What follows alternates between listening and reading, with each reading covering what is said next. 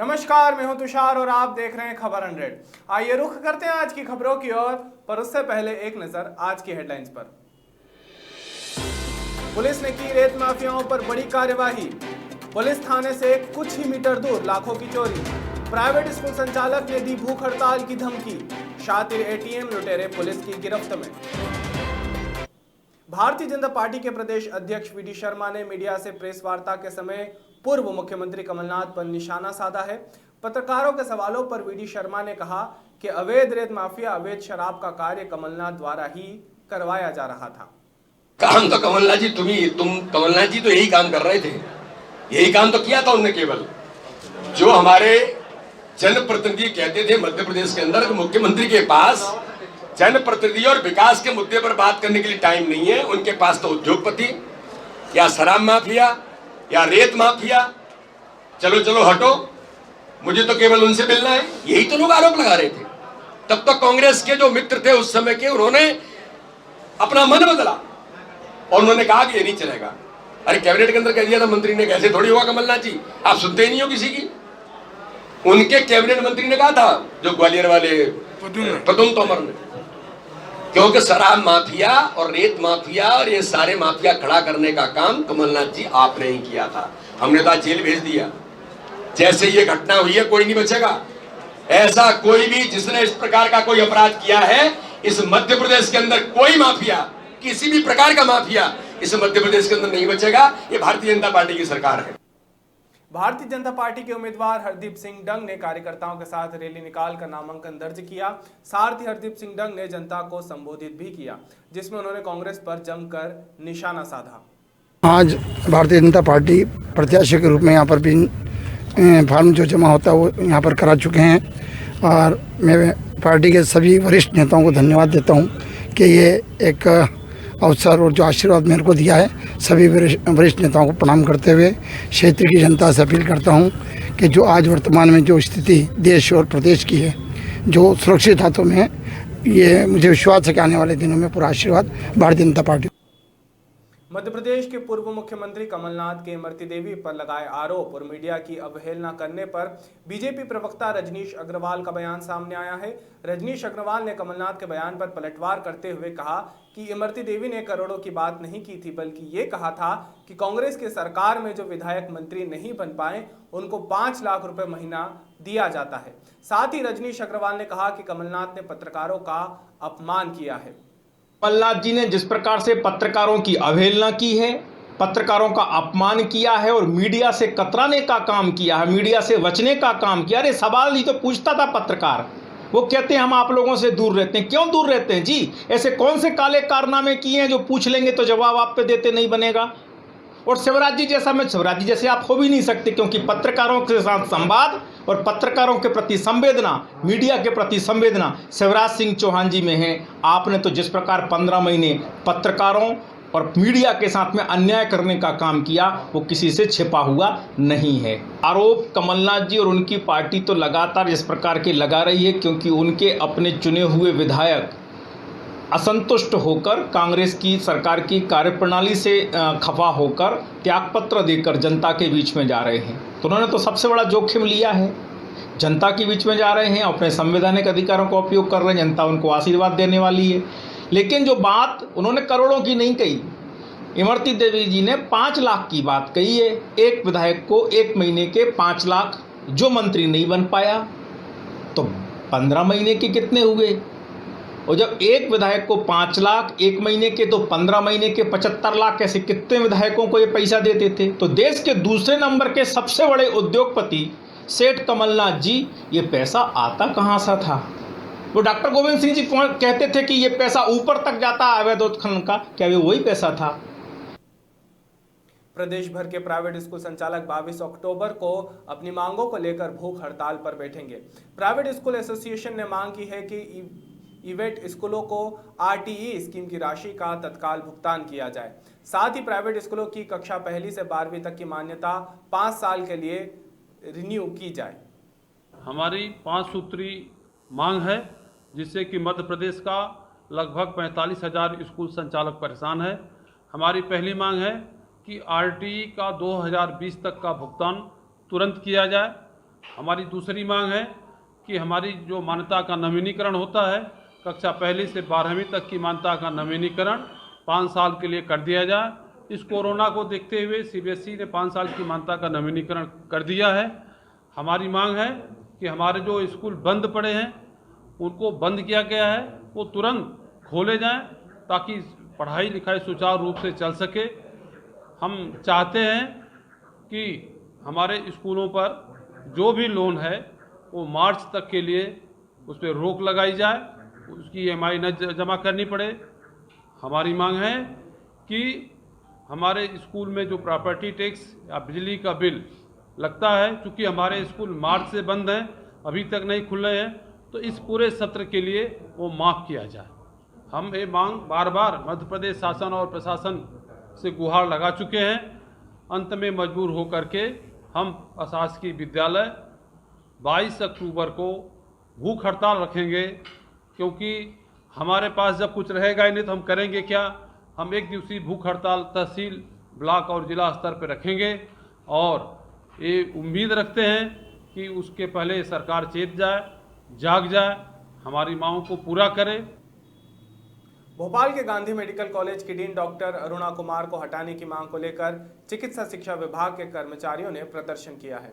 बता दें, कर्मचारियों ने डीन पर भेदभाव करने के आरोप लगाए हैं। कर्मचारियों का कहना है कि डीन अरुणा कुमार लगातार कर्मचारियों को तबादला करने की धमकियां देती है। तो ये चाहते हैं कि यहाँ ऐसे प्रशासन को बिठाया जाए कि जो कर्मचारियों का काम समय सीमा में होना चाहिए। ऐसा नहीं होना चाहिए कि जो पेंडिंग पटक के रखें, फाइलें पड़ी रहें, ये काम नहीं हो पर कर्मचारी घंटों खड़े रहे वापस लेके चला जाए, वो ऐसा प्रशासक नहीं होना चाहिए। प्रशासक ऐसा होना चाहिए कि जो समय सीमा में तुरंत काम हो।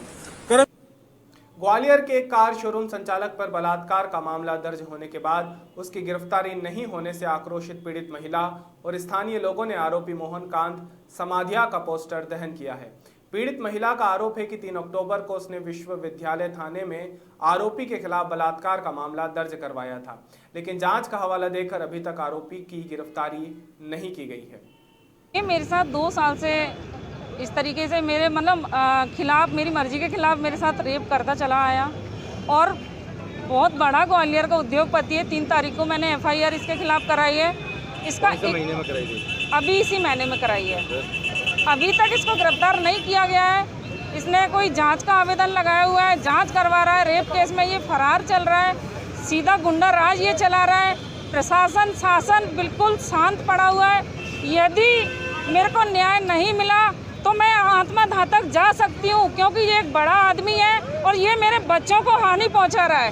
कल भी मेरे बच्चों के साथ बहुत बड़ा हादसा हुआ है, ये अचलेश्वर मंदिर के पास। मैंने अपने बच्चे कैसे वहाँ से बचाए मुझे पता, मैं एक अकेली महिला हूँ और इसमें यदि कोई भी हानि मेरे बच्चों को और मुझे हुई, मुझे न्याय नहीं मिला इस बलात्कारी के खिलाफ, तो मैं अपनी आत्मदाह तक मुख्यमंत्री से आग्रह कर रही हूँ, PM मोदी जी से कर रही हूँ। अगर महिलाओं के साथ बलात्कार होगा तो फिर ठीक नहीं होगा, मैं आत्मदाह पे मजबूर हो जाऊंगी। बिरसिंहपुर पाली में शारदीय नवरात्र को शांति सुरक्षा के बीच मनाए जाने को लेकर जनपद कार्यालय में कलेक्टर ने शांति समिति की बैठक ली, जिसमें सभी विभाग प्रमुख सहित जनप्रतिनिधि और सभी धर्म संप्रदाय के लोग शामिल हुए। कलेक्टर संजीव श्रीवास्तव ने बैठक में कहा कि नवरात्र पर्व के दौरान बिरासिनी मां का व ज्वाला मंदिर प्रांगण में 50 से अधिक दर्शनार्थियों की भीड़ नहीं रहेगी। बैठक में मूलतः भीड़ कम करने के निर्णय लिए गए हैं, जिसमें प्रमुख रूप से ये रहेगा कि किसी भी दुर्गा उत्सव समिति द्वारा जो विसर्जन के लिए जुलूस निकाला जाएगा उसमें 10 लोगों से ज़्यादा नहीं रहेंगे और वो 10 लोग भी अनुमति प्राप्त करेंगे SDM से। इसी प्रकार बिरासनी मंदिर जो श्रद्धा का केंद्र है सभी के, वहाँ पर एक बार में 50 व्यक्ति दर्शन के लिए भेजे जाएंगे और इस तरह से सुगमता से सभी का दर्शन सुलभ कराया जाएगा, जिससे कि मंदिर में भीड़ उत्पन्न ना हो। दशहरा आयोजन के लिए भी अनुमति प्राप्त करनी होगी और दशहरा आयोजन में भी भीड़ की संख्या नियंत्रित की जाएगी और इसकी पूरी जिम्मेदारी आयोजकों की होगी। समिति के द्वारा अगर भंडारा का आयोजन किया जाए, भंडारा का आयोजन प्रतिबंधित रहेगा। ग्वालियर शहर के सबसे व्यस्त इलाकों में से एक जयेंद्रगंज में अज्ञात चोरों ने जानी मानी इलेक्ट्रिक फर्म मनीष सेल्स पर धावा बोलकर करीब 20 लाख रुपए के माल पर हाथ साफ किया है। हैरानी की बात यह है कि जयेंद्रगंज पुलिस थाने से लगभग कुछ मीटर की दूरी पर स्थित है। इस संस्थान में नगबनज आधी रात को ताले तोड़ते रहे, लेकिन किसी को भी कानो कान भनक तक नहीं हुई। अब पुलिस आसपास के सीसीटीवी फुटेज को खंगाल कर बदमाशों का सुराग लगाने की कोशिश कर रही है। अब ये तो नहीं बता सकते ना, अभी बिल्कुल काउंटिंग तो ऐसा हो नहीं सकती, लगभग करीबन 20 के करीबन होना चाहिए। 20 लाख। हाँ। क्या क्या सामान? मेन कैमरे और मोबाइल लेके गए हैं और किसी चीज़ से हाथ नहीं लगाया। थोड़े बहुत दराजें तोड़ी हैं तो जो भी 10, 20, 25, 50 हज़ार रुपये उनको मिल गए वो हैं। मेन चोरों ने एंट्री किस जगह से की? फ्रंट से वो तो सामने आ गया पूरा, सामने जो दुकान है उसके कैमरे में आया है कि पर्दा लगा के उन्होंने कुछ अंदर गए हैं लड़के। तो ब्रांडेड मोबाइल के कितने का? हाँ, टोटल सैमसंग के थे, OnePlus के हैं और वीवो को हैं। कुछ सीसीटीवी कैमरे लगे? कैमरे अंदर नहीं लगे थे क्योंकि लाइट के कारण बंद हो जाते थे। बाहर एक बार स्पार्किंग, हाँ बाहर चेक करे हैं तो बाहर से आया है कि कुछ पर्दा लगा के लड़के अंदर गए हैं। मालिक है महेश्वरी, उनकी तरफ से सूचना आई थी कि उनकी दुकान का स्टटर जो उठा हुआ है, उन्होंने गोडाउन का ताला खोलकर नीचे से ऊपर जाकर चेक किया है तो उनके कोई सामान चोरी हुआ है। सामान की लिस्टिंग वो कर रहे हैं। उनके खुद के कैमरे बंद हैं और चौकीदार वहाँ पर था। चोरी कैसे हुई है, किस तरीके से हुई है, इसकी अभी जांच की जा रही है और इसमें जो भी आएगा उसको निश्चित रूप पुलिस चैलेंज के रूप में ले रही है और जल्दी घटना को ट्रेस करने का प्रयास करेंगे। डॉग स्क्वाड भी बुलाया गया? हाँ, डॉग स्क्वाड फिंगरप्रिंट को भी बुलाया है, मेरे द्वारा भी निरीक्षण किया गया है और जो आसपास जितने भी सीसीटीवी कैमरे लगे उनको भी लगातार निगरानी में लिया है। उनका कहना है कि लगभग 20 से 25 लाख की चोरी को अंजाम दिया गया चोरों ने। नहीं, वो तो जो भी बताएंगे उनकी रिपोर्ट लिखी जाएगी। चौकीदार होने के बावजूद भी चोरी, इसमें पुलिस थाना बगल में उसका गश्त भी चल रहा था, उसके बावजूद नहीं, पुलिस की अभी मैं सीसीटीवी देख के आया हूँ, पुलिस की गश्त वहाँ से निकल के ही आई है और उनके चूंकि खुद के कैमरे बंद है इसलिए मैं चौकीदार के बारे में टिप्पणी नहीं कर सकता कि चौकीदार क्या। ग्वालियर में जेके सीमेंट की स्थानीय इकाई ने यातायात विभाग को अवरोधक प्रदान किए। फुलबाग पर आयोजित हुए कार्यक्रम में जेके सीमेंट कंपनी के कर्मचारियों ने यातायात डीएसपी नरेश अंटोनिया और थाना प्रभारी पड़ाव विवेक अष्ठाना को लोहे से बने अवरोधक प्रदान किए। इस अवसर पर बोलते हुए area sales manager Prakash Gupta ने कहा कि उनकी कंपनी बेहतर यातायात व्यवस्था के लिए ये काम कर रही है। सर क्या है, मैं जेके सीमेंट से Prakash Gupta area sales manager हूँ यहाँ ग्वालियर में और जेके सीमेंट हमेशा समाज के लिए और उसके लिए भी हमेशा पहल करता आ रहा है कि हम किसी भी तरह से सपोर्ट कर सकें। बैरिकेड्स के रूप में ग्वालियर कई विभिन्न थानों में हमने बैरिकेड्स डिस्ट्रीब्यूट किया और बोर्ड लग रहा है और इस ट्रैफिक को सुचारू रूप से चलाने के लिए ये क्योंकि अपने ग्वालियर का ट्रैफिक जो है इस तरह से तो मुहिम को आगे बढ़ा। उत्तर प्रदेश के गोरखपुर से भारतीय जनता पार्टी से पूर्व सांसद रहे जयप्रकाश निषाद को राज्यसभा सांसद चुने जाने के बाद उनके कुशीनगर जनपद में पहली बार आगमन के मौके पर भारतीय जनता पार्टी कुशीनगर के पदाधिकारियों और कार्यकर्ताओं द्वारा अभिनंदन समारोह आयोजित किया गया, लेकिन इस आयोजन में कोरोना गाइडलाइंस का उल्लंघन भी होते साफ दिखाई दिया। ग्वालियर शहर की महाराजपुरा पुलिस ने कार्रवाई करते हुए IHM कॉलेज के नजदीक भिंड रोड पर संदिग्ध कार में सवार 2 बदमाशों को पकड़ा है, जबकि 2 आरोपी मौके से अभी भी फरार हैं। पुलिस ने अपराधियों के पास से ATM को स्वैप करने वाली एक छोटी मशीन, ATM कार्ड का क्लोन बनाने का सामान आदि बरामद किया है। एक मुखबिर सूचना प्राप्त हुई थी कल पीआई साहब को IHM कॉलेज के पास 4 व्यक्ति संदिग्ध टाइप के खड़े हैं और कुछ मशीनें लिए हैं और ATM कार्ड लिए हैं बहुत सारे। तो सूचना की तस्दीक में पीआई साहब ने मिर्जा आसिफ साहब ने कार्रवाई करी तो ये 2 लोग पकड़े गए, 2 भाग गए। पकड़े गए लोगों का नाम है मनोज कुमार और भूप सिंह। इनसे 2 ATM स्वैप करने जैसी मशीनें और 11 ATM कार्ड और 1 कार दिल्ली पासिंग की जब्त हुई है।